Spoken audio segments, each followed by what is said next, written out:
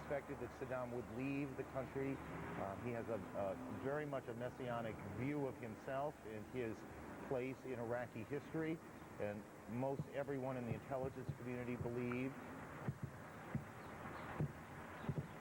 that a life in exile was not at all how he saw his final days. The president will speak to the country in about 7 minutes or so, and a lot of what we have been trying to sort out for the last 20, 25 minutes or so will become much clearer.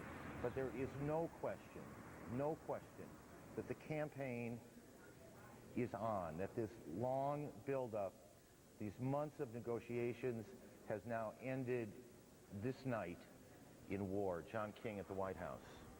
Well, Aaron, a little bit more of an explanation as to why the tenor changed here. Still a mystery as to what this target of opportunity in Baghdad was, but we are now told, and this confirms our earlier guidance that not much would happen tonight, that at the afternoon meeting, the second of the 2 daily war planning sessions, we were told by a senior administration official that the president was told there was some concern that there could be an opportunity lost in the hours after the deadline lapsed. What that opportunity is remains a mystery to us. Perhaps the president will fill us in, but we are told that is why the president stayed close by, even though he did go to the residence for a little bit. His entire senior staff is here, including the speechwriting staff, the vice president, and the national security team on hand. Something at that afternoon meeting convinced the president to what appears to us to launch an isolated strike as part of the beginning of what will be the larger military operation. Again, we'll hear more from the president in just a few minutes. The question John and Jamie and Christiane and Wolf, I think that all of us have at this moment is the degree to which they are about, they being the United States military and the British allies, the degree to which they are about to roll out the entire campaign. I believe, and tell me in the booth if I'm right, that General Wesley Clark, retired General Wesley Clark, is available to us at this point. Do we have it, General Clark? Yes, I am here, Aaron. I'm curious what your sense of this moment is, if this is how you thought the opening stages of this war would play out. Well, it was always difficult to predict exactly what would happen. I mean, the moonlight data, for one thing, I mean, we were almost at full illumination last night. For another, the deadline really came at 4 o'clock in the morning Iraqi time, so there wasn't much darkness anyway. Could have gone ahead with a full-scale, the big shock and awe firepower. It could be happening right now for all we know, because we're so dominant that it really isn't a matter of darkness anymore. And then there's a question of when the ground troops are going to move. Now, we've just seen a report from the 7th Cav unit. That should be a unit with the 3rd Infantry Division. It would be up in the front of the division force, presumably, performing its role as an advanced guard or covering force. The American forces are they're going to be reconnaissance led. They're going to have scouts out. They're going to have helicopters up when it's time to move. But the timing and the sequence of all this is something that has been, no doubt, extensively war-gamed by the commanders on the ground. They've looked for every advantage on how to do this. And it's tough to call. It could be simultaneous. It could be delayed. We just don't know right now, Aaron. General, this notion that a target of opportunity appeared, it just, and I'm not, in fairness, I'm not sure if it was Jamie McIntyre or John King. I think it was Jamie who said it didn't just suddenly appear. It's something that planners were aware of would happen. Is that the kind of thing that, as a commander in a situation like this, you would like to trigger H-hour? It might be, but if it was attacked by cruise missiles, for example, then their flight time takes some time to come in from the Persian Gulf, and it takes more time to get them set. So it wasn't a sudden decision. It may have been a target of opportunity that was being watched, and suddenly they decided to go after it, but they had everything lined up and the gyros spinning and ready to launch. The other thing, Aaron, that I'm thinking of is, you may recall in the Afghanistan campaign, there was criticism early on that some way we had not acted to shoot at a vehicle, and perhaps Mullah Omar had escaped in that vehicle, or Osama bin Laden. And maybe this was the case where they had an opportunity. They were going to strike that target anyway. They got the intelligence, and they said, well, let's just go right now, regardless of what the main attack says. Go right now for this particular high-value target. Okay, Wes, thank you. Stand by, General Clark. I'll try not to call you Wes too many times tonight. Call me Wes, that's fine. Thank you, sir. Jamie McIntyre at the Pentagon. Jamie? Well, Aaron, I just want to point out that we are getting guidance from defense officials that this is not necessarily something that's going to result in the rest of the campaign being rolled out. But like John King said from the White House, that there was the feeling that they could miss an opportunity if they waited for when they planned to start the whole war. So they went ahead and decided to take these. I asked one senior defense official who I reached at home tonight, is it possible that the rest of the war will be starting now? And he said, believe me, I wouldn't be home eating a bowl of Cheerios at in my kitchen if that were the case. So, Jamie, thank you. Just pass that along for what it's worth. Jamie, thank you.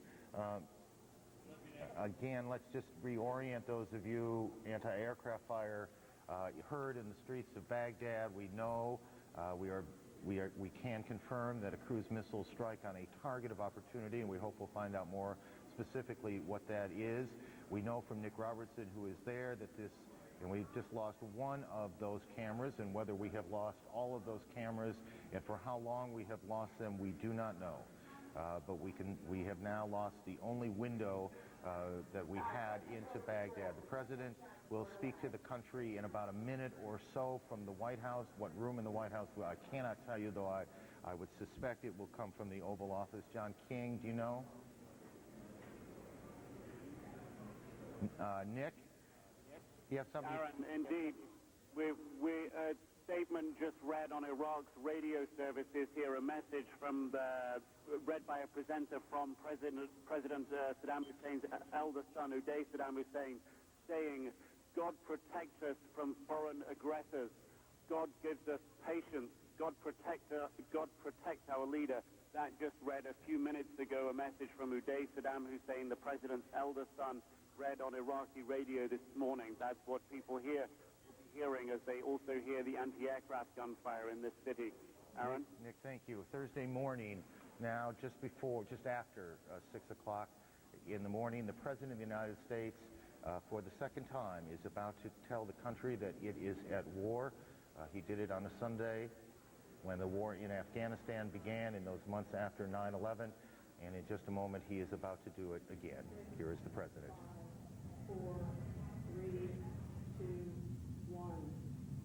My fellow citizens, at this hour, American and coalition forces are in the early stages of military operations to disarm Iraq, to free its people, and to defend the world from grave danger. On my orders, coalition forces have begun striking selected targets of military importance to undermine Saddam Hussein's ability to wage war. These are opening stages of what will be a broad and concerted campaign. More than 35 countries are giving crucial support, from the use of naval and air bases to help with intelligence and logistics to the deployment of combat units. Every nation in this coalition has chosen to bear the duty and share the honor of serving in our common defense. To all the men and women of the United States Armed Forces now in the Middle East, the peace of a troubled world and the hopes of an oppressed people now depend on you. That trust is well placed. The enemies you confront will come to know your skill and bravery. The people you liberate will witness the honorable and decent spirit of the American military. In this conflict, America faces an enemy who has no regard for conventions of war or rules of morality. Saddam Hussein has placed Iraqi troops and equipment in civilian areas, attempting to use innocent men, women, and children as shields for his own military, a final atrocity against his people. I want Americans and all the world to know that coalition forces will make every effort to spare innocent civilians from harm. A campaign on the harsh terrain of a nation as large as California could be longer and more difficult than some predict. And helping Iraqis achieve a united, stable, and free country will require our sustained commitment. We come to Iraq with respect for its citizens, for their great civilization, and for the religious faiths they practice.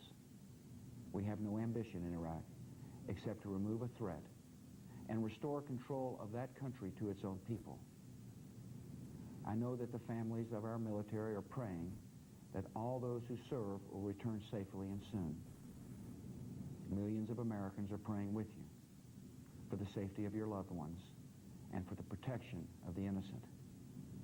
For your sacrifice, you have the gratitude and respect of the American people. And you can know that our forces will be coming home as soon as their work is done. Our nation enters this conflict reluctantly, yet our purpose is sure. The people of the United States and our friends and allies will not live at the mercy of an outlaw regime that threatens the peace with weapons of mass murder. We will meet that threat now with our Army, Air Force, Navy, Coast Guard, and Marines, so that we do not have to meet it later with armies of firefighters and police and doctors on the streets of our cities. Now that conflict has come, the only way to limit its duration is to apply decisive force. And I assure you, this will not be a campaign of half measures, and we will accept no outcome but victory. My fellow citizens, the dangers to our country and the world will be overcome. We will pass through this time of peril and carry on the work of peace. We will defend our freedom. We will bring freedom to others, and we will prevail. May God bless our country and all who defend her. The President of the United States, in taking little more than 4 minutes to say that we are in the early stages of the effort to disarm Iraq. Selected targets are being hit, said the President, to undermine the ability, as you see pictures of Baghdad, to undermine the ability of the Iraqi forces to stop the assault, the broad assault, as the President put it, which is coming, though has not yet begun. Jamie McIntyre at the Pentagon. Jamie? I'm sorry, Aaron. I'm sorry. CNN has been told that this was, in fact, a decapitation strike aimed at killing, or at the very least, sending a powerful message to Saddam Hussein. This strike, which was employed cruise missiles and F-117 stealth fighters over Baghdad, was targeting a location where it was believed Saddam Hussein and other Iraqi leadership were located. Now, this kind of intelligence is always somewhat problematic, and the U.S. military is well aware that this kind of a strike using cruise missiles and precision-guided bombs from the air has a low probability of success in targeting an individual. But nevertheless, apparently there was enough intelligence for the United States to attempt a decapitation strike to take out Saddam Hussein even before the war began. This is not the beginning of the war, according to a U.S. official telling CNN, but in fact it was a target of opportunity that the U.S. felt it could not pass up. The intelligence would not last long enough for them to wait for the scheduled start of the war. Aaron, very dramatic information here, and of course now we want to know the results of this strike, and at this point we have no idea. And that may take some time to know, but again, as Jamie reported, it appears to be an attack or a leadership bunker, or a place where perhaps Saddam Hussein was, perhaps he and the government of Iraq were hiding out, trying to stay safe, attacked by cruise missiles. The United States government, the United States military has done this sort of thing before with less success. It's not an easy thing to do, and we won't know for some time if it was successful, maybe a long time. Nick, what are you hearing in Baghdad? Nick Robertson. Aaron, the anti-aircraft gunfire